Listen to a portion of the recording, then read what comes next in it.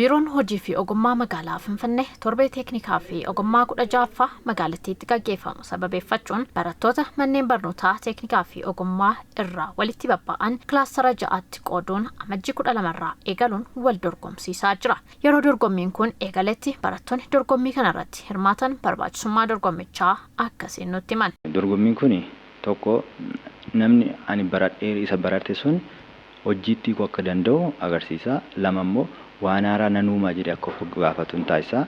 Sadi immoo namni inni barate sun ofitti amanummaadhaan isa baradhe sun hojiitti hiikuu nan danda'a jedhee ofitti amanaa jechuudha. Aqamaachinen kan masaaddagaa ansaar. Dorgommiin akkasii qophaa'uun gama dandeettii fi ogummaa qabnu guddisuutiin akkasumas ogummaa qabnu baasnee akka mul'isnuu fi baay'ee faayidaa guddaa qaba. Barattoonni teeknikaa fi ogummaa dorgommii kanarratti hirmaataa turanis guyyaa har'a qormaata goolabaa fudhataniiru. Qormaata kanarratti argamuun kan eegalchiisan biiroo hojii fi ogummaa magaalaa Finfinneetti Daayirektarii Damee Teekinooloojii fi Industirii Obbo Tsaggaayee Bayyanaa biyya teekinooloojiin guddatte oomuuf dursi ogummaa waan ta'eef barattoota ogummaa gahaa qaban horachuun barbaachisaadha jedhu. በዚህ ውድድር dorgommii kana mo'achuuf qofaa miti barattoonni kan dorgoman dorgommii dandeettii isaanii ittiin madaalanidha. Yeroo barnoota isaanii xumuran dandeettii yeroo waliin wal madaalu yoo qabaatan eessattuu ni barbaadamu. Kanadha kaayyoon isaa. Dorgommiin barattootaa kolleejiiwwan pooliteeknikaa garaagaraa walitti babba'an gidduutti taasifame kenniinsa barnootaa kolleejii pooliteeknikaatti kennamu beeksisuuf kan gargaaruu fi guddinni biyyaas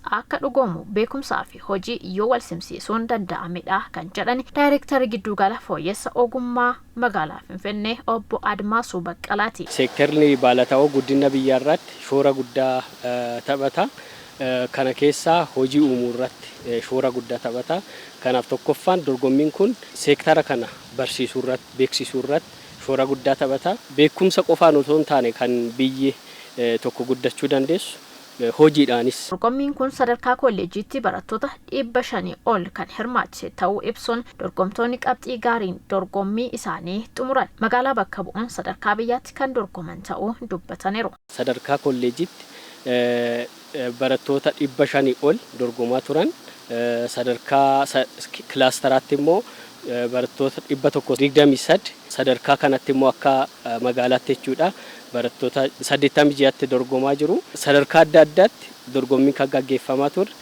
Seektara yookiin immoo ogummaa 20 hamma ammaatti jechuudha.